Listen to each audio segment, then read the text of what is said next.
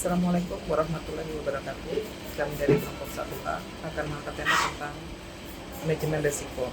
Kali ini judul yang kami angkat itu adalah penyusunan program kerja pengawasan berbasis risiko di Inspektorat Kabupaten Tanah Laut. APIP harus memiliki integritas, kompetensi, kecepatan profesional, objektif, berkualitas, dapat memberikan assurance, dan yang penting adalah memberikan perbaikan bagi organisasi. Penyusunan program kerja yang ada di Inspektorat itu adalah berbasis risiko. Inspektorat Tanah Laut telah mencapai kapabilitas APIP level 3. Artinya harus melaksanakan audit pengawasan terhadap kinerja SKPD. Dasar pengawasan kinerja ini adalah dari PBBR. PBBR itu adalah metode yang menghubungkan audit intern dengan seluruh kerangka manajemen risiko. Sehingga proses manajemen organisasi yang dikelola apakah sudah efektif dan dapat diterima. Dari dasar PBBR itu kita melihat program kerja mana yang paling beresiko. Kemudian dari skor yang didapat, yang paling beresiko itu yang akan menjadikan fokus untuk dijadikan audit kinerja.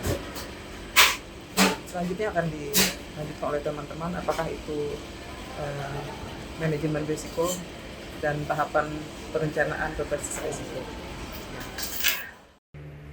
Perbedaan perencanaan pengawasan berbasis risiko atau yang selanjutnya disingkat PPBR berdasarkan tujuan sampai dengan tahun 2019 pemenuhan pencapaian kapasitas APIP level 3, 2020 dan seterusnya peningkatan kualitas kapabilitas APIP level 3 berdasarkan pendekatan area pengawasan sampai dengan tahun 2019 menentukan program atau kegiatan pada urusan OPD yang paling beresiko untuk dijadikan objek pengawasan. Tahun 2020 ke atas, menentukan program prioritas pemerintah daerah melalui RPJMD yang paling beresiko dalam pencapaian tujuan pemerintah daerah. Perbedaan berdasarkan strategi, sampai dengan tahun 2019, menggunakan 2 kali filter dalam menentukan program terpilih. Yang pertama dengan meranking urusan OPD, yang kedua dengan meranking program dan urusan OPD terpilih yang punya resiko tertinggi. Pada tahun 2020 dan seterusnya, penentuan program RPJMD terpilih dengan menggunakan 1 tahapan. Untuk berdasarkan faktor pertimbangan manajemen, sampai dengan tahun 2019, jenis faktor risiko dengan skala yang beragam 2020 dan seterusnya semua seragam agar dapat diperbandingkan, dievaluasi dan dikompilasi.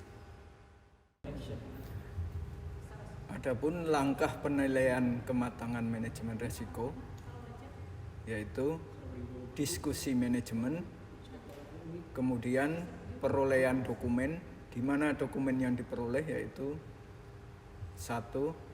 RPJMD dan Renstra OPD, 2. Dokumen sosialisasi, 3. Kebijakan manajemen risiko, 4.